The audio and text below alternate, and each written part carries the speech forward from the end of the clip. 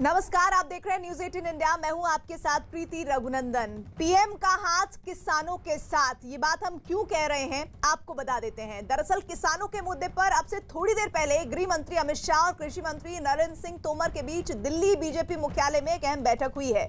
जानकारी के मुताबिक कृषि सुधार कानूनों पर किसानों का भ्रम दूर करने के लिए बीजेपी के महासचिवों और पदाधिकारियों को जानकारी दी गई। करीब 1.5 घंटे तक चली इस बैठक में किसान बिल के फायदे जनता तक पुख्ता तरीके से कैसे पहुंचाए जाए, इस पर चर्चा हुई और इस बैठक में किसानों पर जागरूकता अभियान को और मजबूत करने की रणनीति तैयार की गई।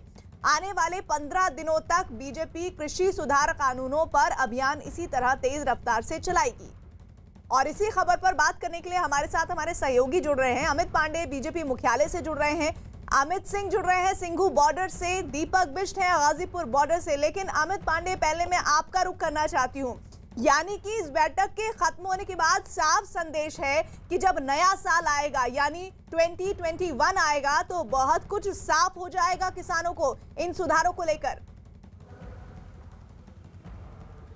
जी बिल्कुल, एक व्यापक तरीके से पूरी की पूरी चर्चा की गई और 1.5 घंटे तक ये पूरी की पूरी बैठक चली है। और इसमें 2 प्रमुख बिंदु थे। पहला कि अब तक जो अभियान बीजेपी चला रही है, आखिरकार उनकी स्थिति क्या है, कहाँ कहाँ तक कार्यक्रम हुए, कितने कार्यक्रम हुए, कितने लोगों में ने उसमें हिस्सा लिया और कितने लोग उसमें शामिल हुए, कौन कौन पदाधिकारी कहाँ कहाँ गए, और दूसरी आने वाले 15 दिनों में कैसे इस अभियान को देश के अलग अलग हिस्सों में ले जाया जाएगा। ये बैठक इतनी महत्वपूर्ण थी, इसका अंदाजा इसी बात से लगाया जा सकता है। खुद गृह मंत्री मौजूद थे, नरेंद्र सिंह तोमर मौजूद थे, पीयूष गोयल, निर्मला सीतारमण, बीजेपी के तमाम पदाधिकारी। अगर आप पिछले 15 दिन को याद करें तो हर बैठक में किसानों से वार्ता से, हर बैठक में कृषि मंत्री नरेंद्र सिंह तोमर, गृह मंत्री अमित शाह मौजूद थे। और उसके बाद अब पार्टी मुख्यालय में इन 2 नेताओं की किसान बिल से संबंधित मौजूदगी इस बात की ओर इशारा करती है, ये साबित करती है कि और ज्यादा पुख्ता तरीके से, व्यापक तरीके से बीजेपी इस अभियान को चलाएगी किसानों तक। ठोस रणनीति के तहत बीजेपी इस मुद्दे पर आगे बढ़ रही है और कृषि सुधार कानूनों पर किसानों को जो भी भ्रम है उसे साफ करना चाहती है। लेकिन इस बीच आपको एक और बात बता दें जो बहुत महत्वपूर्ण है। एक तरफ इस मामले पर सुप्रीम कोर्ट में सुनवाई, वहीं दूसरी तरफ कल प्रधानमंत्री मोदी मध्य प्रदेश में किसानों से मुखातिब होंगे वीडियो कॉन्फ्रेंसिंग के जरिए और उन्हें बताएंगे कि कैसे ये सुधार उनके हक में है। और इससे पहले आपको याद दिला दे, जब वो कच्छ के रण में गए थे तब भी उन्होंने ये बात किसानों के सामने रखी थी कि कैसे ये कानून आपके फायदे के हैं। उन्होंने क्या क्या बात कही थी ताकि एक संदेश जाए और लोग कुछ ऐसे जो हैं जो बंदूक की तरह इस्तेमाल करना चाहते हैं किसानों के कंधे को, वो भी बात उन्होंने कही थी। सुनिए। मुझे विश्वास है हमारी सरकार की ईमानदार नीयत, हमारी सरकार के ईमानदार प्रयास और जिसको करीब करीब पूरे देश ने आशीर्वाद दिए हैं, देश के हर कोने के किसानों ने आशीर्वाद दिए हैं। मुझे विश्वास है कि किसानों के आशीर्वाद की ये ताकत, देश भर के किसानों के आशीर्वाद की ताकत, जो भ्रम फैलाने वाले लोग हैं, जो राजनीति करने पर तुले हुए लोग हैं, जो किसानों के कंधे पर बंदूकें फोड़ रहे हैं, देश के सारे जागरूक किसान उनको भी परास्त करके रहेंगे। तो देश के जागरूक किसान उन तमाम विपक्षी पार्टियों को परास्त करेंगे जो इस मुद्दे पर भी सियासत करने से बाज नहीं आ रहे हैं। ये प्रधानमंत्री का बड़ा संदेश था कच्छ के रण से। इधर हमारे साथ हमारे सहयोगी जुड़े हुए हैं, अमित पांडे जो बीजेपी मुख्यालय से अपडेट पहुंचा रहे हैं, सिंघू बॉर्डर से अमित सिंह हैं और साथ ही दीपक बिष्ट हमारे साथ गाजीपुर बॉर्डर से जुड़े हुए हैं। अमित, सबसे पहले तो आप ही बता दें, क्योंकि आप ही की वो रिपोर्टिंग थी जो हमने देखी थी कि बहुत सारे किसान तो ऐसे जिन्हें ठीक से पता भी नहीं है कि ये किसान सुधार है क्या। तो अब ये जो स्ट्रैटेजी बीजेपी की बन रही है, क्या नए साल पर एक नया सवेरा होगा किसानों के लिए?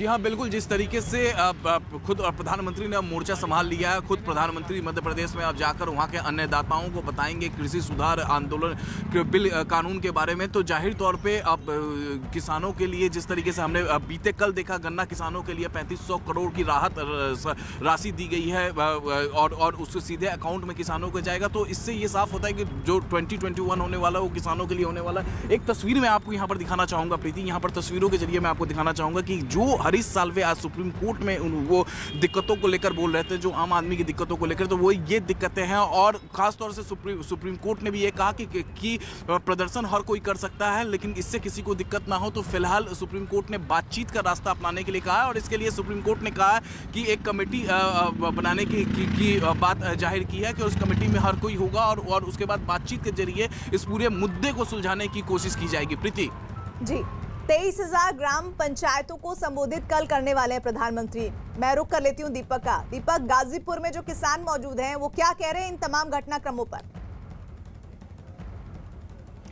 देखिए प्रीति, आज यहाँ पर एक खाप पंचायत हुई थी, क्योंकि 84 खाप पंचायत के नाम से यहाँ पर खाप पंचायत जो दोपहर 2 बजे होनी थी, लेकिन वो शाम को लगभग 5 बजे हुई है।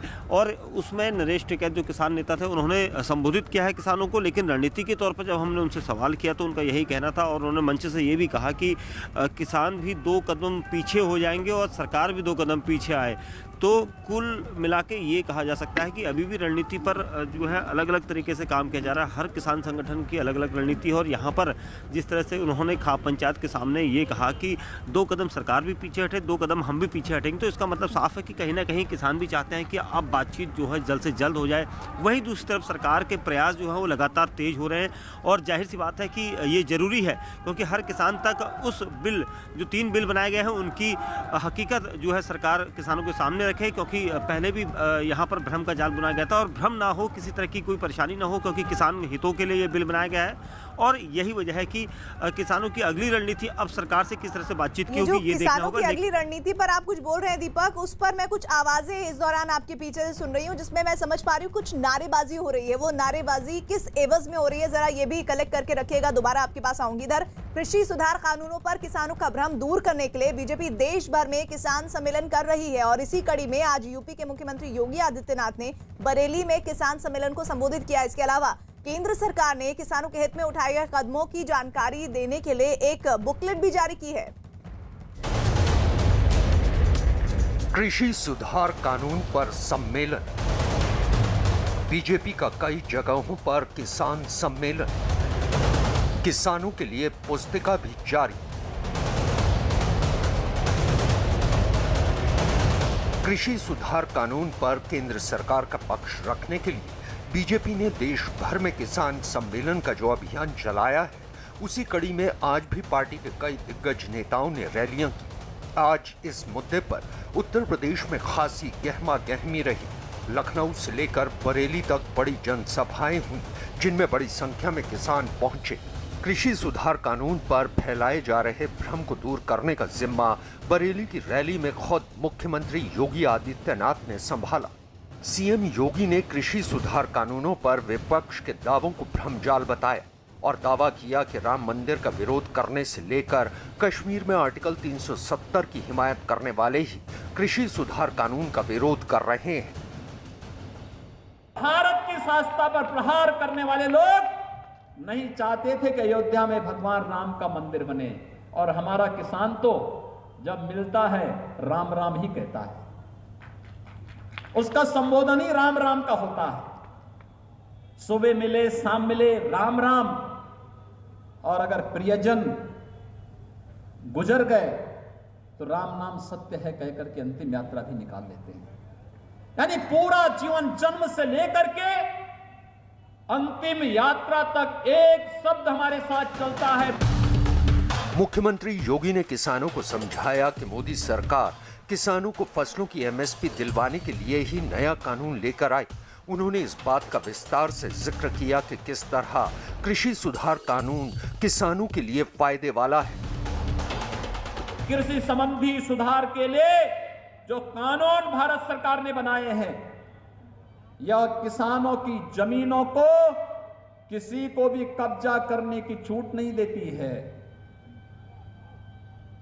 मंडी समाप्त करने की कहीं कोई व्यवस्था नहीं, मंडी तो ये चलेंगे ही। हाँ करने का प्रयास ये विपक्ष और कुछ चुनिंदा लोग जिन्हें भारत की प्रगति और किसानों की प्रगति और किसानों की खुशहाली अच्छी नहीं लग रही है, वे लगातार गुमराह करने का कार्य कर रहे हैं। जिस वक्त बीजेपी के नेता किसान सम्मेलन कर रहे थे, दिल्ली की सीमाओं पर किसान आंदोलन पर अड़े नजर आए। टेकरी बॉर्डर और सिंघू बॉर्डर पर आंदोलनकारियों की सभाएं भी होती रहीं। दिल्ली की सीमा पर आंदोलनकारियों के रुख को देखते हुए बीजेपी सांसद रवि किशन ने भी किसानों से अपील की। आप सब किसान भाई और बहनों से, सबसे एक किसान का बेटा रवि किशन रिक्वेस्ट करता है, निहोरा करता है कि कृपया आप लोग सरकार की बात, इस विधेयक को पढ़ें, आप लोग इसको जानें ये क्या है। ये कांग्रेस के जमाने में भी ये लागू हुआ, तब उन लोगों ने सबने सपोर्ट किया था।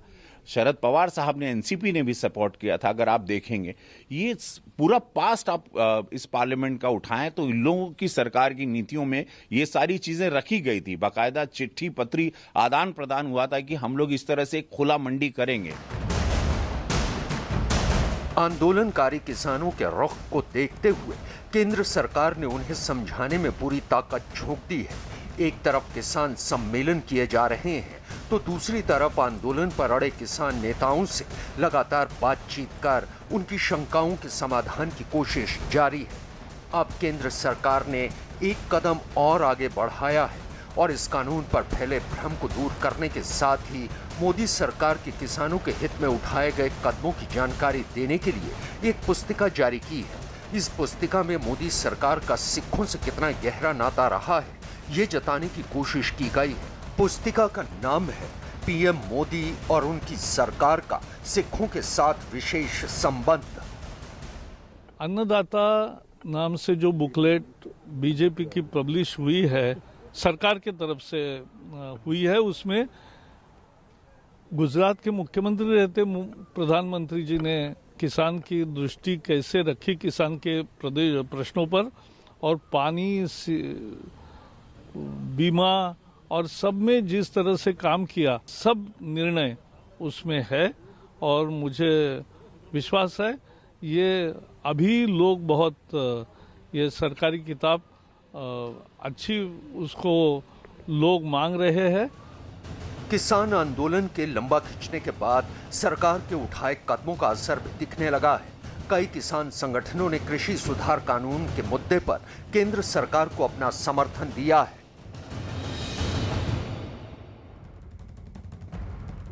इस बीच एक बड़ी खबर, किसानों के नाम कृषि मंत्री नरेंद्र सिंह तोमर ने खुला पत्र लिखा है। तोमर ने एक बार फिर कहा है कि किसानों के भले के लिए कानून बने हैं। अधिकतर किसानों के संगठनों ने इनका स्वागत किया है। कुछ लोग भ्रम फैलाकर किसानों के आंदोलन का फायदा उठा रहे हैं।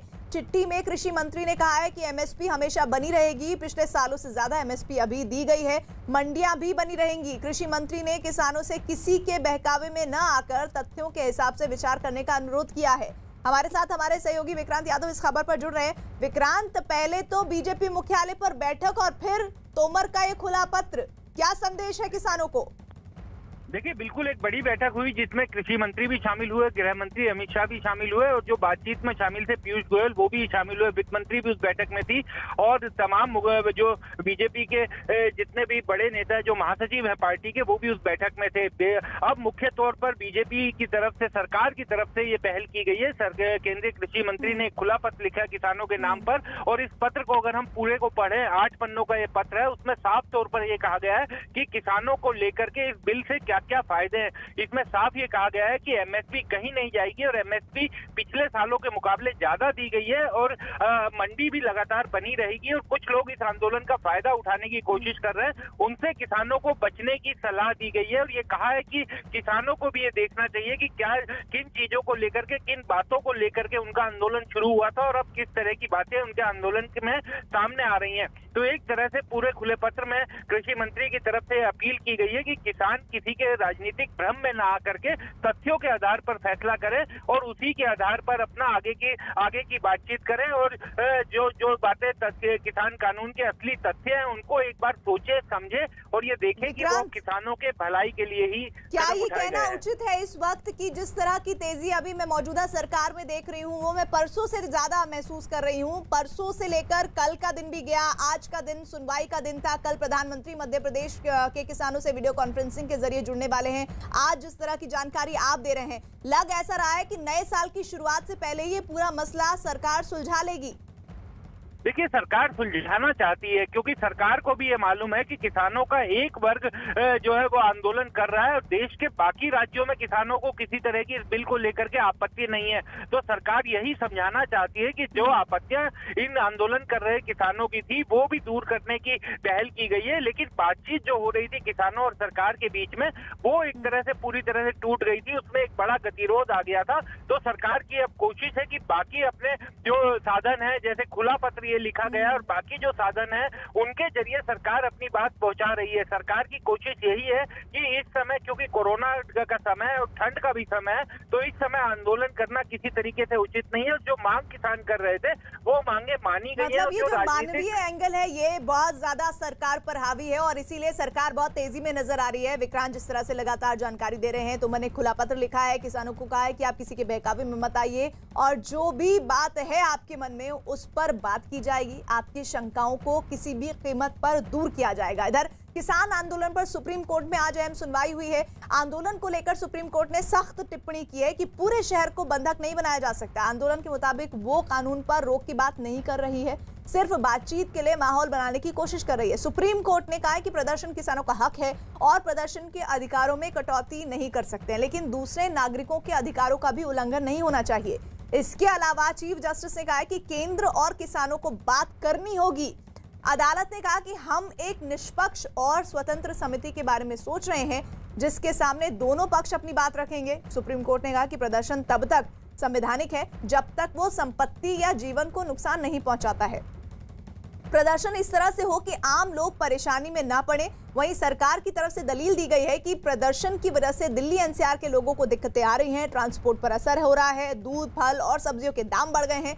अगर सड़कें ऐसी ही बंद रहीं तो लोगों की दिक्कतें और बढ़ेगी। हमारे साथ अमित पांडे हमारे सहयोगी जुड़े हुए हैं लगातार। अमित, अभी जितनी भी बातें मैंने सुप्रीम कोर्ट को लेकर बताई अपने व्यूअर्स को उसमें साफ है कि वो किसी तरह की भूमिका नहीं, लेकिन वो सीधे बता रहे हैं कि भाई आप लोग एक टेबल पर आइए, उसके लिए कोई समिति गठित करनी है तो वो कीजिए, लेकिन जल्द से जल्द इस समस्या का समाधान निकालिए। ये संदेश है एससी की तरफ से। देखिए सुप्रीम कोर्ट में जो बातें सरकार की ओर से बताई गई साफ तौर पर इस बात की ओर इशारा ये था कि सरकार वार्ता को तैयार है, पहली चीज़। दूसरी चीज़, इस आंदोलन का असर पिछले इतने दिनों से क्या हुआ? असर ये हुआ कि लोगों को आवाजाही में परेशानी हो रही है, ज़रूरी जो चीज़ें हैं वो उनको मिलने में दिक्कत हो रही है। तो सरकार ये मान रही है कि इस आंदोलन से दिल्ली में आम जनजीवन पर असर पड़ा है और वो तमाम तरीके के साधन, तमाम तरीके के कदम उठा रही है जिससे उनके बीच वार्ता हो सके। और अब ये उन संगठनों के ऊपर है कि वो वार्ता करें, वो आएँ और वो इन चीज़ों को समझें। तो जो कोर्ट प्रोसीडिंग्स हैं उसमें अदालत में सरकार ने अपनी स्थिति साफ कर दी और इसीलिए अदालत ने भी ये कहा कि जब तक आंदोलन में हिंसा नहीं होती है, जब तक जान माल को नुकसान नहीं पहुंचता, तब तक ये आंदोलन को हम किसी तरीके से गैर वाजिब नहीं कर सकते। किसान बिल को लेकर सौराष्ट्र के किसान खुश हैं। किसानों ने 3 जो बिल हैं उनको लेकर ये बात रखी है अपनी कि भाई ये तो हमें अपने हक में लग रहे हैं। और इसी दौरान हमारे सहयोगी जनक दवे ने उनसे बात की और क्या बात उनके जरिए निकल कर आई है वो सुनिए। किसान बिल के बारे में बीजेपी की ओर से देश भर में किसान सम्मेलन किए जा रहे हैं। आज हम राजकोट में हैं और अभी कृषि राज्य मंत्री पुरुषोत्तम रुपाला की ओर से सम्मेलन किया गया। किसानों को समझाने की कोशिश की गई कि बिल के बारे में क्या है बिल, ये हम जानने की कोशिश करते हैं। सर, क्या दिक्कत है बिल को लेकर किसान? बिल को लेकर कोई दिक्कत है ही नहीं। जो मोदी जी की सरकार काम कर रही है केंद्र में, इसमें किसानों को तो समझो एक बाजू रखो, पर किसी को भी दिक्कत नहीं है। सबके लिए, सबके उद्धार के लिए, सबकी आमदनी बढ़ाने की काम कर रही है। विरोध क्यों हो रहा है? विरोध तो कौन कर रहा है? गुजरात में कोई नहीं कर रहा है। गुजरात में इसका कोई विरोध नहीं, हम लोग समर्थन के लिए आए हैं। क्या फायदा होगा सर इस बिल का? क्या फायदा होगा, आप क्या समझे? इसमें तो मैं खेडूत छूँ, इसमें ज़्यादा फायदा है कि खेडूत को जिया उसकी जणस बेचनी है यहाँ बेच दे, ये तो ज़्यादा फायदा है ने। कि कोई जबरदस्ती थी तो कोई व्यापारी कोई लई नहीं जावाना, એટલે बिल अच्छा है, यहाँ कोई दिक्कत नहीं है। आप बताएं क्या फायदा लगता है किसान को? जो MSP की गारंटी देता है वो गारंटी में फायदा ही मिलता है कॉन्ट्रैक्ट फार्मर में, और इसमें कोई दिक्कत ही नहीं है। और खुला बाजार में भी किसान उसकी आमदनी जो है वो बेच सकता है, और हम यहाँ समर्थन के लिए आए हैं बिल के। हमें आप कितनी फसल लेते हैं साल भर में? हम साल भर में हमारे पास 80 बीघा ज़मीन है। हम इसमें मूंगफली, कपास, गेहूँ, लहसुन और पाक पैदा करते हैं। तो ये बिल क्या कैसे फ़ायदेमंद होगा आपको? फ़ायदा तो ये, जो हम फ़ायदा तो लेते ही है, पहले भी लेते थे, हमारी इच्छा है वो हम बेचते थे, मगर कुछ ये तकलीफ़ें थी कि जो हमको देने जाना पड़ते थे। वो तो अब सरकार का जो कायदा आया है इसमें कुछ ऐसा है कि जो व्यापारी हमारे जो खेत पे लेने आते थे, तब जो मार्केट में जो लोग मार्केट में बैठे थे वो लोग इसके पीछे चेकिंग करते थे और इसको पकड़ते थे, उसके पास सेंस फी वसूल करते थे। अगर वो 25-50 हज़ार रुपया, 15 हज़ार रुपया में जो सेंस फी वसूल करते थे, अगर वो आखिर वो हमारे पास से ही लेते थे ना। तो आप कॉन्ट्रैक्ट फार्मिंग की बात, मतलब हम ऐसे चाहते हैं कि जो इसके पास ना ले तो उसका ज़्यादा नहीं तो आधा ही किसान को तो फायदा ही होता है। MSP को लेकर क्या समझ है? MSP यहाँ पर गुजरात में तो वैसे भी मूंगफली और कॉटन को लेकर मिलती है, तो इसमें आप MSP को लेकर क्या समझ है? MSP की बात करें तो समझ लो पहले जो भी था तो कोई भी यार्ड में मांग रहे थे APMC में, तो जो भाव वहाँ नक्की होता था वो देनी पड़ती थी। अभी सरकार ने APMC जो डाला है तो उसकी वजह से पूरा खेडूत लोगों को पूरे के पूरा उसका भाव मिल रहा है और उससे कहीं ज़्यादा फायदा हुआ है। तो ये जो किसान है, अमूमन आपसे पूछ लेंगे, अल्टीमेटली ये तीनों बिल को क्रक्स देखा जाए तो कैसे देखते हैं आप? आपने अभी मेरे मित्र MSP को पूछा, तो अभी राज्य सरकार ने पहले से 1055 रुपया मूंगफली का दाम तय करा है, तो इस हिसाब से अभी मार्केट में और जगह पे प्राइवेट लोग लेते हो तो 1100 रुपये देते। तो इस हिसाब से जब MSP सरकार पहले से ही तय कर लेती है, इसलिए मार्केट में खेडूत को ज़्यादा मुनाफा होता है। और कुल मिला के जो आप बात कर रहे हैं, अभी पूरे हिंदुस्तान में कहीं भी आप दिखाई नहीं रहे खेडूत इसका कर का विरोध नहीं कर रहा है। सिर्फ हरियाणा, पंजाब और दिल्ली के बगल वाले जो कांग्रेस प्रेरित हैं वही किसान अभी इस बिल का वो कर रहे हैं, लेकिन सब जगह पे पूरे गुजरात में कहीं भी एक बात तो इन्होंने सही कही कि बाकी राज्यों में भी इस तरीके का विरोध नहीं है, गुजरात में भी फिलहाल नहीं है। और जो खास तौर पे किसान कह रहे हैं कि MSP का दाम तो उनको मिल ही रहा है सरकार की ओर से, ऊपर से जब बाजार में जाते हैं तो उन्हें और भी ज़्यादा पैसे मिलते हैं। तो किसानों का ये कहना है कि तीनों बिल फिलहाल किसानों के लिए बेहद अच्छे हैं और किसानों को फ़ायदा पहुँचाने वाले हैं। कैमरामैन उपमार सिंह के साथ जनक दवे, न्यूज़ 18 इंडिया, राजकोट।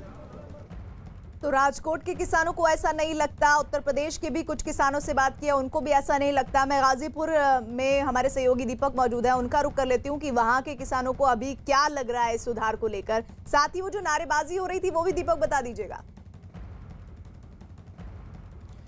देखिए प्रीति, जो नारेबाजी हो रही थी, किसान यहाँ पर उसी आंदोलन को लेकर अपनी रूपरेखा तैयार कर रहे थे और यहीं पर जो नारेबाजी की जा रही थी वहाँ पर उनके अपने कानूनों को वापस लेने की जो वो इतने दिन से नारेबाजी कर रहे हैं वो मीडिया के कैमरे को देखते हुए एक बार फिर शुरू हो गए थे। लेकिन यहाँ पर की जो रणनीति है, यहाँ पर मैं बता दूँ कुछ देर पहले यहाँ पर IG प्रवीण कुमार पहुँचे हैं, जो किसान नेता नरेश टिकैत से बातचीत कर रहे हैं, क्योंकि यहाँ से काफ़ी दूर पर वो जगह है जहाँ पर उनके अधिकारियों से बात हो रही है। स्थानीय जो DM है वो भी यहाँ पर पहुँचे हैं, SSP कलानिधि प्रतिनिधि नैथानी भी यहाँ पर पहुँचे हैं। तो अधिकारियों के साथ एक मीटिंग की जा रही है। ये मीटिंग किस तरह की है? क्या सुरक्षा तंत्रों को जांचते हुए परखते हुए इस तरह की मीटिंग है, या फिर इसको लेकर खासा सरकार की तरफ से जो संदेश है इसको लेकर यहाँ पर आईजी आए हैं, ये अभी तक हालांकि साफ नहीं हो पाएगा। लेकिन जो सुरक्षा तंत्र है वो लगातार मजबूत है, क्योंकि यहाँ पर हम देख रहे हैं कि पल पल में सुरक्षाकर्मी बदलते हैं और अचानक सुरक्षा बढ़ती है।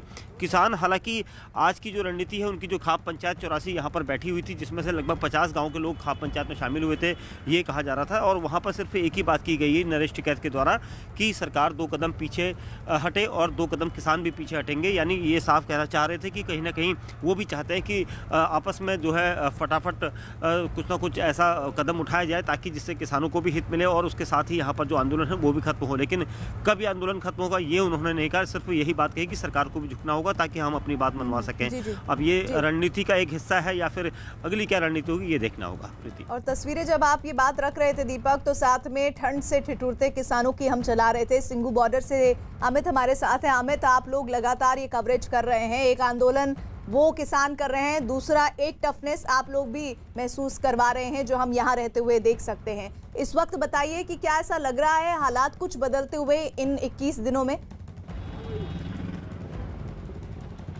जी हाँ, बिल्कुल प्रीति। इस वक्त जो किसान नेता हैं जो सिंगू बॉर्डर पर इस वक्त मौजूद हैं, उन्होंने एक प्रेस कॉन्फ्रेंस की है। और सबसे पहले इस पर अपडेट करा दूं कि इस प्रेस कॉन्फ्रेंस में उन्होंने कहा है कि वो 3 वरिष्ठ वकीलों के संपर्क में है। और संपर्क में इसलिए हैं क्योंकि सुप्रीम कोर्ट में जो मामला चल रहा है, आज जो सुनवाई हुई है उसको लेकर है। जब उनसे हमने सवाल पूछा है उनसे कि आखिरकार कल जब सुनवाई हुई थी और आज जब सुनवाई हुई है, जब उनको अपना पक्ष रखना था सुप्रीम कोर्ट में, तब वो उस वक्त सुप्रीम कोर्ट में क्यों नहीं पहुंचे थे? तो उनका कहना था कि उन्हें पक्षकार नहीं बनाया गया था, कल भी नहीं बनाया गया था और आज भी उन्हें नहीं बनाया गया था, इसलिए वो नहीं पहुंचे। अब चूंकि सुप्रीम कोर्ट ने कहा है कि 8 पक्षकारों के अलावा अगर और भी किसान यूनियन है तो उन्हें भी नोटिस दिया जाए और उनको बुलाया जाए, उनका पक्ष जाना जाए। तब अब जो वो 3 जो वरिष्ठ वकील हैं उनसे वो लगातार संपर्क में है। एक तस्वीर में यहाँ पर दिखा देता हूँ प्रीति आपको, क्योंकि हरीश साल्वे ने आज दिक्कतों को लेकर बात की है सुप्रीम कोर्ट में कि लोगों को दिक्कतें हुई हैं, फल सब्जी की, दूध के दामों में वृद्धि हो रही है, लोगों के आवाजाही में दिक्कतें हो रही है। और ये दिक्कत क्या है वो तस्वीरों के जरिए हम अपने दर्शकों को दिखाने की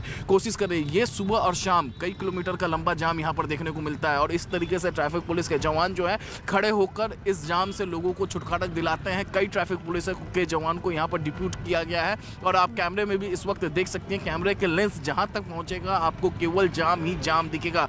और इन्हीं सब बातों का जिक्र आज केंद्र सरकार ने, हरीश साल्वे ने सुप्रीम कोर्ट में किया है कि यहाँ पर लोगों को काफ़ी दिक्कतें हो रही है और खासतौर से कोंडली इंडस्ट्रियल एरिया में जो इकोनॉमिकली जो जिस तरीके से घाटे हो रहे हैं, जो रोजाना 250 करोड़ का नुकसान हो रहा है, उससे भी ज़्यादा 250 करोड़ से ज़्यादा का नुकसान, उसको लेकर जो दिक्कतें हैं उसकी दिक्कतों को लेकर आज सुप्रीम कोर्ट में हरीश साल्वे ने मुश्किलें बढ़ रही हैं और इन मुश्किलों को लेकर गंभीर है सरकार और सरकार लगातार एक्शन में भी नजर आ रही है। इस पर हमारी निगाह बनी रहेगी, आगे भी हम आपसे जुड़ते रहेंगे और अपडेट्स लेते रहेंगे कि दीपक जैसे बता रहे हैं कि वहाँ एक महत्वपूर्ण बैठक चल रही है, उस बैठक से क्या निकलकर सामने आ रहा है उस पर खास निगाह हमारी रहेगी। आप देखते रहिए किसान आंदोलन पर एक्शन में सरकार और बड़ी कवरेज न्यूज़ 18 इंडिया पर।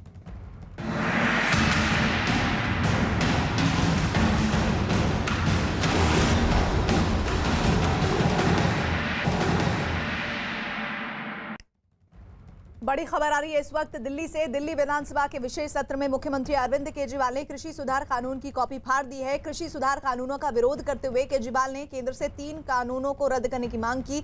विधानसभा में कृषि सुधार कानूनों की कॉपी फाड़ते हुए अरविंद केजरीवाल ने कहा कि उनकी पार्टी और सरकार इस मुद्दे पर किसानों के साथ है और केंद्र के कृषि सुधार कानूनों को पूरी तरह से खारिज करती है। इन दोनों कानूनों को फाड़ते हुए मुझे बेहद दर्द हो रहा है। मेरा बिल्कुल मकसद नहीं था इसे फाड़ने का, लेकिन आज जब मेरे देश का किसान सड़कों के ऊपर 2 डिग्री टेम्परेचर के अंदर सड़कों पे सो रहा है और वो तकलीफ में है, तो मैं अपने देश के किसान और अपने देश के जवान के साथ गद्दारी नहीं कर सकता। मैं भी पहले इस देश का नागरिक हूँ, मुख्यमंत्री बाद में हूँ। तो आज इन तीनों कानूनों को ये विधानसभा खारिज करती है और केंद्र सरकार से अपील करती है कि किसानों की बात मानते हुए अंग्रेजों से बदतर मत बनो। अंग्रेजों ने 9 महीने में कानून वापस ले लिए थे, आप कम से कम आज़ादी की इतनी तो इज्जत रख लो कि 20 दिन के बाद अब इन कानूनों को वापस ले लो। अमित हमारे साथ जुड़े हुए हैं। अमित पांडे, जरा ये बताइए कि एक दिन का विशेष सत्र गुरुवार को बुलाया जाता है और उसी दिन अरविंद केजरीवाल कृषि कानून की कॉपी फाड़ देते हैं। क्या फाड़ने के लिए ही बुलाया गया था? क्योंकि विरोध तो लगातार वैसे भी आम आदमी पार्टी कर रही है इसको लेकर। देखिए, विधानसभा सत्र जो बुलाया गया, जाहिर सी बात है कि आम आदमी पार्टी पहले भी विरोध जाहिर कर रही थी और जो उन्होंने आज ये किया तो साफ तौर पर हम ये कह सकते हैं कि विधानसभा सत्र को इसीलिए बुलाया गया था कि ताकि वो किसी भी तरीके से अपना पुरजोर विरोध ये जाहिर कर सके और विरोध जाहिर करने का उन्होंने यही तरीका मुनासिब समझा और इसीलिए विधानसभा में उन्होंने ये किया। और इससे पहले भी अगर हम आम आदमी पार्टी के अगर हम बयान की बात करें, रुख की बात करें, तो लगातार चाहे किसानों के इस पक्ष में बात की जा रही हो या फिर अलग अलग मंच पर इनके तमाम नेता बोलने जा रहे हैं, यहाँ तक कि दिल्ली सरकार के जो मंत्री थे बराबर प्रोटेस्ट की साइट्स पर जा रहे हैं। और अब ये ताज़ा कदम इस बात की ओर यहाँ पर इशारा करता है और ये साबित करता है कि केजरीवाल ये दिखाने की कोशिश कर रहे हैं कि बहुत ज़्यादा हमदर्दी के साथ वो किसानों के साथ खड़े हैं और किसी भी सूरत में वो इस बिल को स्वीकार नहीं कर सकते हैं। तो जिन लोगों के बारे में बीजेपी ये कह रही है कि ये किसानों के कंधे पर बंदूक रखकर चलाना चाहते हैं, वो लोग कौन हैं? क्या ये परिभाषित भी तस्वीर कर रही है? ये भी समझना होगा। इधर बीजेपी के किसान सम्मेलन का चौथा दिन है। देश के अलग अलग हिस्सों में बीजेपी अपने मंत्रियों, सांसदों और नेताओं के जरिए नए कृषि कानूनों पर किसानों का भ्रम दूर करने की कोशिश कर रही है। और इसी कड़ी में लखनऊ में हुए किसान सम्मेलन के बाद न्यूज 18 के अजीत सिंह ने किसानों से खास बात की। केंद्र सरकार की कृषि बिल के विरोध में भले ही दिल्ली में चक्का जाम प्रदर्शन चल रहा हो, लेकिन पूरे यूपी में किसान सम्मेलन किए जा रहे हैं। इस वक्त राजधानी लखनऊ में आज गन्ना मंत्री सुरेश राणा ने किसान समर्थन किया। यहाँ के किसान उनके समर्थन में हैं, बहुत सारे किसान हैं। किस तरह देखते हैं आप सम्मेलन को? लोग कह रहे हैं कि दिल्ली में जाम लगा है लेकिन यहाँ सब लोग समर्थन कर रहे हैं। पूरी तरह समर्थन हम लोगों का, ये पूरी तरह राजनीतिक कार्यक्रम जो धरना प्रदर्शन राजनीतिक हो रहा है। हम लोग यहाँ से मोदी जी के साथ हैं, पूरी तरह मोदी जी के साथ। क्या कहेंगे चाचा, किसान हैं आप, वहाँ प्रदर्शन यहाँ समर्थन, वो लोग कह रहे हैं कि ये बिल वापस होना चाहिए लेकिन पूरे यूपी का किसान कह रहा है कि नहीं ये बिल ठीक है। बिल हम भी कह रहे हैं ठीक है, पूरा हिंदुस्तान कह रहा है ठीक है। वो कह रहे हैं तो कह रहे हैं, वो राजनीतिक तौर तो राजनीतिक तौर पर कह रहे हैं, वैसे कोई है ही नहीं। यहाँ किसान सब सही है। आपको भी लग रहा है? जी, सब ठीक चल रहा है, किसान खुश हैं? ठीक चल रहा है। क्या कहेंगे? किसान की दोगुनी आय 2022 में सरकार की ऐसी मंशा है, उसी के अनुरूप ये बिल लाया गया है। उम्मीद करते हैं कि हम लोग जो है किसान की दोगुनी आय आने वाले भविष्य में 22 को तक हर किसान की दोगुनी आय हो जाएगी। ऐसा ही मोदी जी का जो है सपना है। तो देखिए, मोदी जी के सपनों के साथ यहाँ के किसान हैं। बताइए, आप खुश हैं किस कृषि? नहीं, बिल्कुल हम खुश हैं साहब। ये वहाँ धरना चल रहा है, वो धरना चल रहा है, वो राजनीति का खेल है। हम लोग चाहते हैं कि हम लोगों का हित कर रहे हैं मोदी जी, इससे हम लोग बहुत खुश हैं। आप खुश हैं? हाँ, खुश हैं इस बिल से। क्या कहेंगे? यहाँ किसान बहुत सारे आए हैं, समर्थन में हैं आप लोग। इस बिल से खुश हैं हम लोग किसान। बोलिए। नहीं, बिल में कोई खराबी नहीं है। अगर खराबी होती तो मोदी जी लाते नहीं। ये मेरा अटूट विश्वास है कि मोदी जी जो भी कार्य करेंगे वो किसानों के हित में ही होगा, एक नहीं 101%। अभी गन्ना मंत्री कह रहे थे, सांसद रेखा वर्मा कह रही थी कि वहाँ हीटर लगा है, एसी लगा है, क्या वो किसान है? नहीं, उसमें कुछ तो गड़बड़ी है जरूर, नहीं तो ऐसा देखने में आता ही नहीं कि वो हीटर लगा के बैठे हैं और एसी लगा के बैठे हैं। एसी गाड़ियों से चल रहे हैं और धरने पे बैठे हैं, उसमें दिखावा है। अगर दिखावा ना होता तो ऐसा नहीं होता। बताइए, आप भी किस तरह समर्थन कर रहे हैं इसको? वहाँ धरना, यहाँ समर्थन है। यहाँ समर्थन है, किसानों के लिए अच्छा काम मोदी जी कर रहे हैं। किसान कोई नाराज ही नहीं है, वहाँ पे दल लगे हुए हैं। दीपक, उत्तर प्रदेश के किसान ने बड़ी जबरदस्त बात की। उसने कहा कि अगर मोदी जी लाए हैं ये कानून तो कुछ सोच समझ कर ही लाए होंगे, फायदे का ही सौदा होगा, ये किसानों के लिए नुकसान नहीं कर सकते वो किसानों का। तो ये जो एक फर्मनेस इस तरह के किसानों में नजर आ रही है, वहीं उतनी ही रिजिडनेस दूसरे तरह के किसान जो आपसे जुड़ रहे हैं उनमें भी है।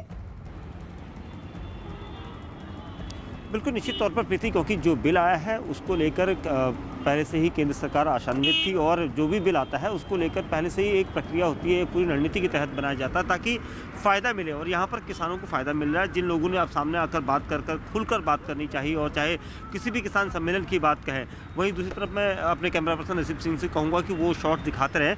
तो सबसे अहम चीज़ यही है इस बिल में कि जो किसानों के हित को लेकर है, फ़ायदे में है। किसान किस तरह से अपनी नई फसलों को, किस तरह से नए बीज या खाद का उसमें इस्तेमाल करें, किस तरह से प्रक्रिया करें, किस तरह से उनके इंफ्रास्ट्रक्चर को डेवलप करें, ये सारी चीज़ें उस बिल के अंदर हैं और इसीलिए उस बिल को अब घर घर हर सम्मेलन के जरिए किसानों तक पहुँचाया जा रहा है और किसानों को इसका फ़ायदा मिलेगा। उत्तर प्रदेश हो, पंजाब हो, हरियाणा हो, मध्य प्रदेश, ये सभी बड़े कृषि प्रधान राज्य हैं और यही वजह है कि यहाँ पर सबसे ज़्यादा फसल होती है और किसान सबसे ज़्यादा है और इनको इसी तरह से धीरे धीरे यहाँ पर किसानों तक जब इस बिल के बारे में पूरी सहजता से सब कुछ समझाया जाएगा, उन्हें बताया जाएगा, तब उन्हें इस बिल के हित का फायदा मिलने लगेगा। और वहीं कुछ और किसान भी हैं, उनसे भी बातचीत लगातार हो रही है और खास तौर पर बीजेपी ने रणनीतिक ये फैसला इस बारे में लिया है कि उत्तर प्रदेश के दादरी में कोई पूर्व कृषि मंत्री राधा मोहन सिंह ने किसानों को नए कृषि कानून के सुधारों के बारे में बताया है। यहाँ आए किसानों से बात की है आनंद तिवारी ने।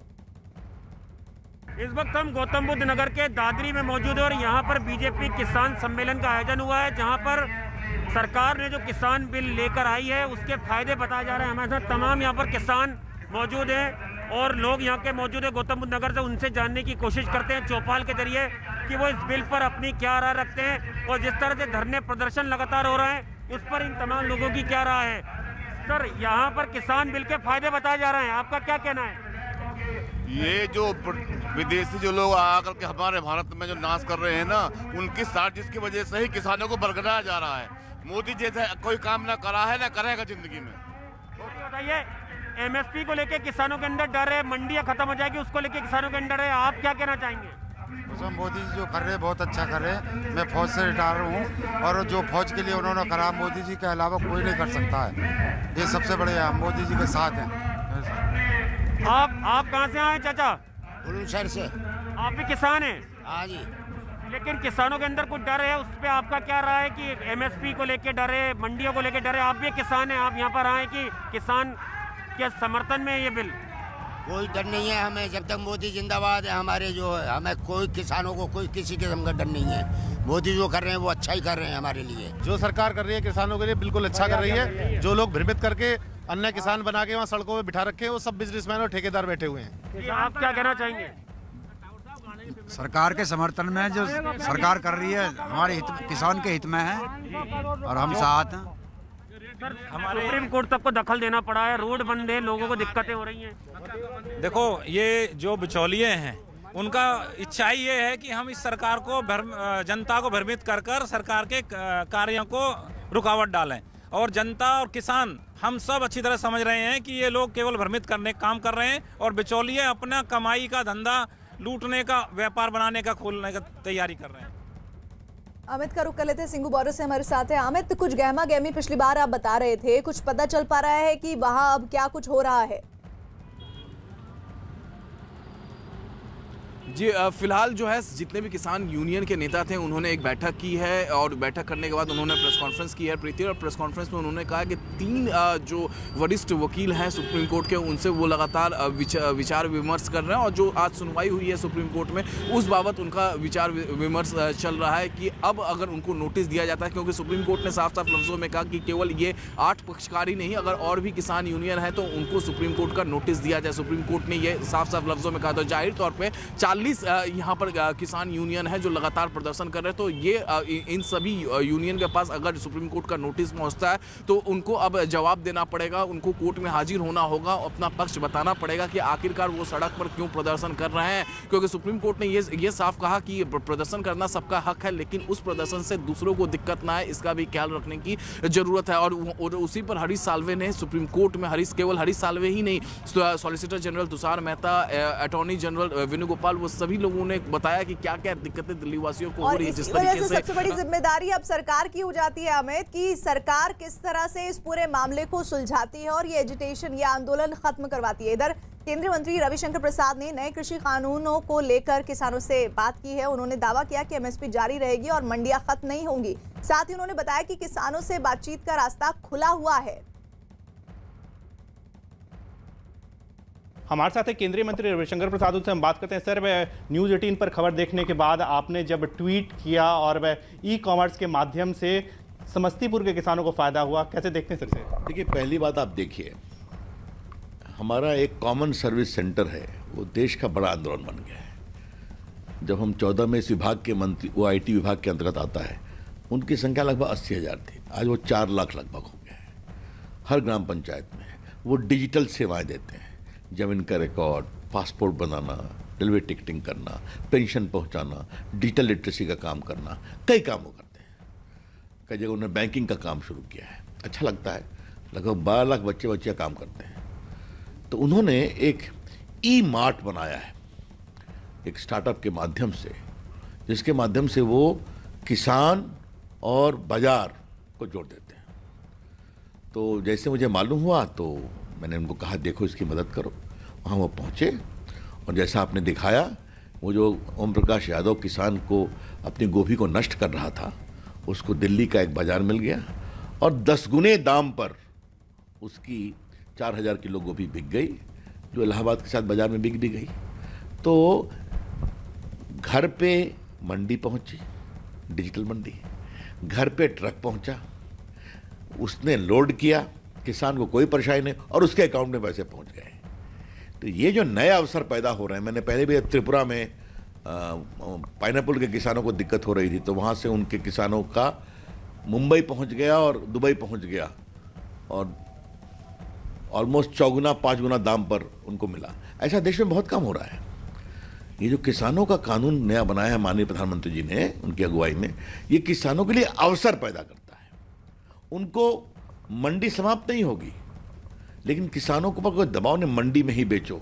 अब आप देखिए दिल्ली की मंडी समस्तीपुर में ओम प्रकाश यादव के पास पहुंच गई, उसका माध्यम बना CSC। यही है नई टेक्नोलॉजी, नए अवसर, और हम चाहते हैं नए अवसर और आने चाहिए और ये नया कानून उसके लिए अवसर पैदा करता है।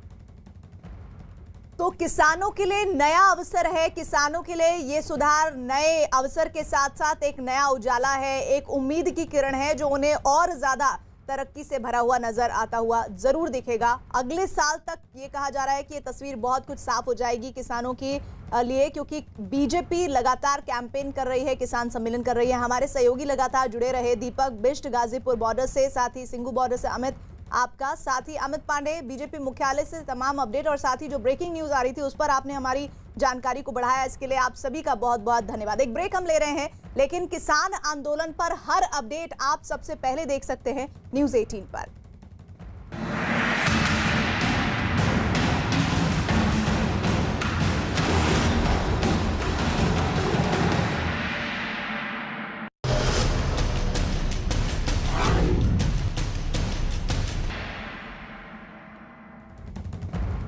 नमस्कार, आप देख रहे हैं न्यूज़ 18 इंडिया। ममता से किनारा और बीजेपी का सहारा। अगर टीएमसी के विधायक, मंत्री, सांसद, पूर्व मंत्री बन रहे हैं तो एक बड़ा संदेश है। ममता को एक और झटका लगने की जानकारी मिल रही है। जितेंद्र तिवारी का इस्तीफा हो गया है। दरअसल ये जो पूरा मामला है, ये यूं कहे कि जो सियासत है पश्चिम बंगाल की, वो इसलिए गर्मा गई है क्योंकि पश्चिम बंगाल में इस वक्त गृह मंत्रालय की चिट्ठी ने ममता बनर्जी को गुस्से में डाल दिया है और ममता बनर्जी ने ट्वीट क्या किया है वो भी आपको हम दिखाएंगे। लेकिन साथ ही आपको बता दें, इस वक्त की जो बड़ी खबर है, बड़ी खबर ये है कि जहां शुभेंदु अधिकारी पार्टी में शामिल हो सकते हैं, वहीं लगातार टीएमसी के सभी पदों से इस्तीफा देने का जो सिलसिला है वो चल पड़ा है और अब टीएमसी के विधायक हैं तिवारी, उन्होंने इस्तीफा दे दिया है। अब आप ये समझ लीजिए कि विधायक क्या, पूर्व मंत्री क्या, मौजूदा मंत्री क्या, सांसद क्या, सब टीएमसी को छोड़कर भागने की फिराक में है। तो क्या टीएमसी उनके लिए डूबता हुआ जहाज पश्चिम बंगाल में लग रही है और इसीलिए ये बड़ा फैसला लिया जा रहा है उन तमाम विधायकों के जरिए, पूर्व मंत्री के जरिए। शुभेंदु अधिकारी इसका क्लासिक एग्जाम्पल है। शुभेंदु अधिकारी ने जैसे ही पार्टी को छोड़ा, उसके बाद से और उसके पहले से अगर आप इतिहास देखें टीएमसी का, तो एक एक कर सभी टीएमसी से किनारा कर रहे हैं। मेरे साथ हमारे सहयोगी पश्चिम बंगाल से कोलकाता से अरुण सिंह जुड़े हुए हैं, साथ ही वरिष्ठ पत्रकार शेष नारायण सिंह जी भी जुड़े हुए हैं। अरुण, ये हो क्या रहा है टीएमसी में? देखिए, कई दिनों से और लगभग कई महीनों से ये देखिए कि तृणमूल कांग्रेस में लगातार 10 साल से सत्ता में पार्टी है, लेकिन अभिषेक बनर्जी जब से पार्टी पर कमान संभालने की कोशिश करने लगे, ममता बनर्जी ने जब से उनको आगे करना शुरू किया, प्रशांत किशोर के कहने पर पार्टी में पद देना शुरू किया, तब से पार्टी के कई सीनियर नेताओं को ऐसा लगता है, और जो नेता ये मानते थे कि ममता बनर्जी के बाद पार्टी में अब उनकी हैसियत बढ़ेगी, जैसे शुभेंदु अधिकारी हैं, ये नंदीग्राम के आंदोलन के समय से ममता बनर्जी के सिपा सालार थे, उनको मंत्री बनाया गया लोकसभा की सदस्यता से इस्तीफा दिलवा करके राज्यसभा जो लोकसभा से इस्तीफा दे करके वो विधानसभा का चुनाव लड़े, विधायक बने, उसके बाद मंत्री बनाया गया। उनको ऐसा लगता था कि नंबर 2 की पोजीशन पर वो रहेंगे और इसलिए जब उन्होंने धीरे से देखा ये कि अभिषेक बनर्जी अपने भतीजे को ममता बनर्जी आगे लेके जा रही हैं, तब से उनका मन खट्टा होना शुरू हुआ पार्टी में। और उसके बाद प्रशांत किशोर की कार्यशैली के बाद उन्होंने एकदम से मन बना लिया था। लेकिन चुनाव नजदीक अब आ गया है तो जाहिर सी बात है कि अगर किसी को झटका देना तो ऐसे वक्त पर दो जिसका असर सबसे ज्यादा हो। और खुद अकेले नहीं, उनके घर में ही 2 सांसद हैं, उनके भाई भी म्युनिसिपल कॉर्पोरेशन के चेयरमैन हैं। सुनील मंडल एक सांसद है जिनसे उन्होंने कल मुलाकात की थी, उनका रुख अभी स्पष्ट नहीं है। जितेंद्र तिवारी का रुख तो स्पष्ट हो गया। तो एक तरह से भगदड़ की स्थिति तृणमूल कांग्रेस में है और ये बढ़ने वाली है। जैसे जैसे चुनाव नजदीक आएगा, बीजेपी के सूत्र कह रहे हैं कि और भी नेता उनके संपर्क में हैं। 2 और मंत्रियों की बात बीजेपी कह रही है।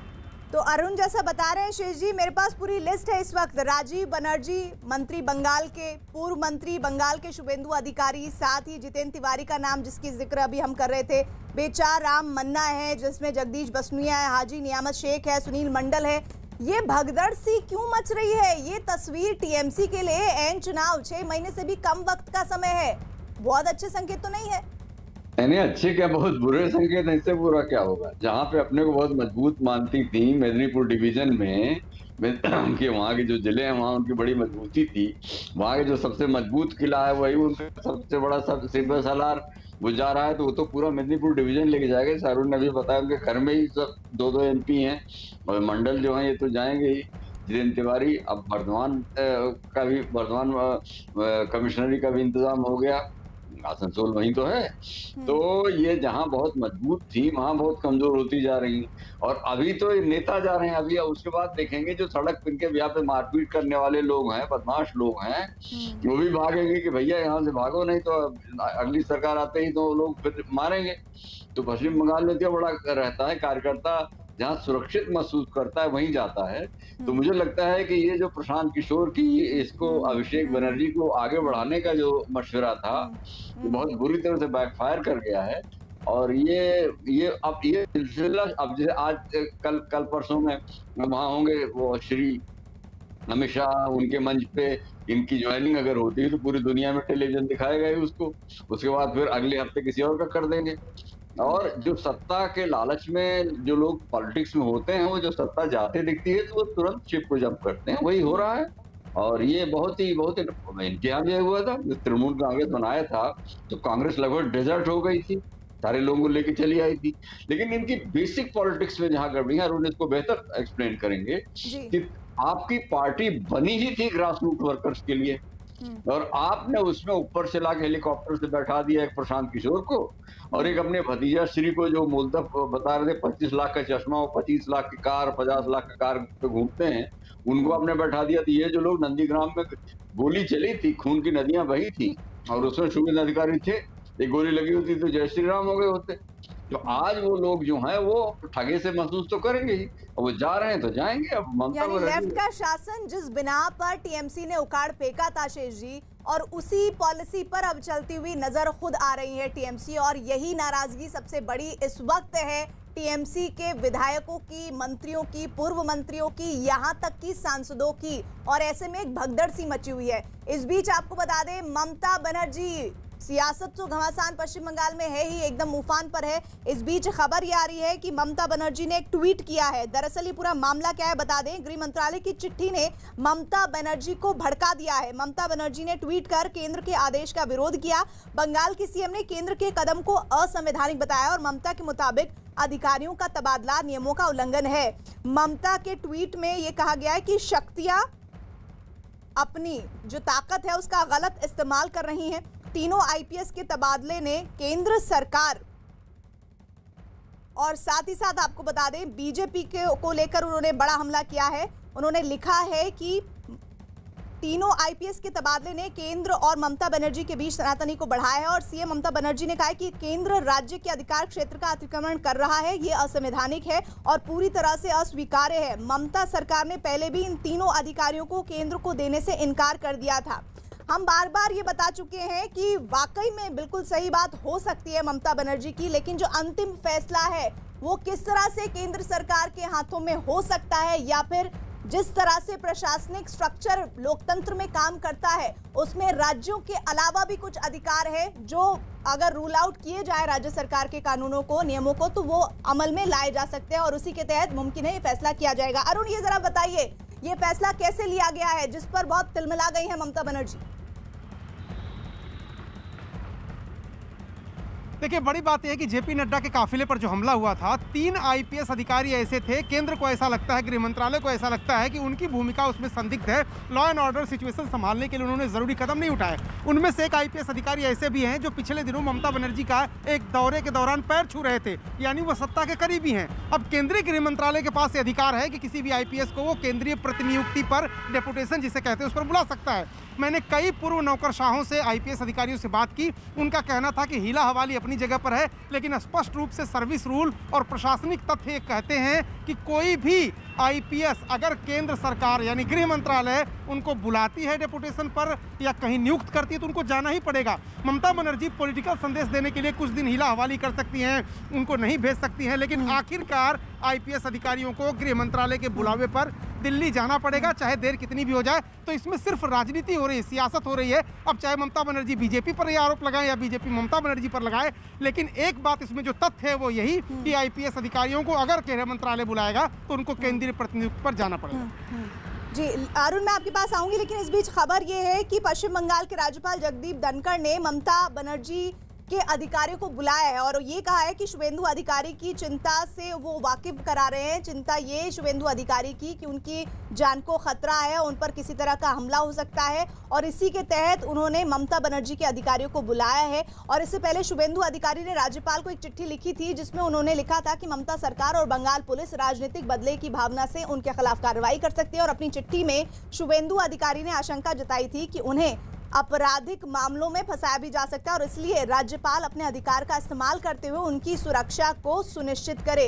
शेष जी हमारे साथ जुड़े हुए हैं। शेष जी, पश्चिम बंगाल में चुनाव, बिल्कुल सही बात है, चुनाव में एड़ी चोटी का जोर हर पार्टी लगा देती है, लेकिन अगर राज्यपाल किसी अधिकारी को बुलाकर तफ्तीश कर रहा है तो राज्य सरकार को क्या परेशानी है? नहीं, राज्यपाल क्या, राज्य सरकार राज्यपाल ही तो है। राज्यपाल के बिहाफ पे ही सरकार राज करती है, उसी का शासन है और जो कैबिनेट है वो उनको एडवाइस देने का काम करती है। तो राज्यपाल अगर किसी को बुला रहे हैं तो वो कानून के हिसाब से कुछ गड़बड़ नहीं है। हाँ, नैतिक रूप से उसमें दिक्कत हो सकती है। हालांकि राज्यपाल पता नहीं क्यों बहुत लबर जबर कर रहे हैं। अरे बीजेपी तो अपने आप ममता में 20 गुना भारी पड़ रही है, वो काहे को उसमें घुसे पड़े हैं। तो हमें लगता है कि उनके ऊपर वो बलराम जाखड़ वाली कुछ दिक्कत आ गई है। बलराम जाखड़ लोकसभा के स्पीकर थे, लेकिन इतनी चापलूसी इंदिरा गांधी की करते थे कि अगली बार दोबारा जब इंदिरा हुआ तो वो फिर मंत्री बने, कहा भैया हमको लोकसभा नहीं चाहिए, हमको मंत्री बनाओ। तो ये सब बीमारियां नेताओं में होती हैं, उनको बहुत महत्व देने की जरूरत नहीं है। महत्व देने की बात यह है कि इस वक्त माहौल पश्चिम बंगाल में ऐसा है कि राजनीतिक रूप से कोई भी ममता के साथ, जो उनका सबसे करीबी आदमी है, वो उनके साथ रहने को तैयार नहीं है। और इसका कारण वही है कि प्रशांत किशोर और अभिषेक बनर्जी, और उसको अच्छा ममता के लिए बहुत देर हो चुकी है कि अब उसको, भाई साउथ बंगाल में इनका मजबूती थी और साउथ बंगाल में तो मेदिनीपुर डिवीजन है, सारा का सारा गया, बर्धमान डिवीजन में आसनसोल है, वो सब भी जा रहा है। तो कहां से आएंगी? तो उनका बुरा वक्त अब आने में ज्यादा देर नहीं। टीएमसी लगातार कमजोर होती हुई नजर आ रही है। कल कितना बड़ा दिन है अरुण पश्चिम बंगाल में?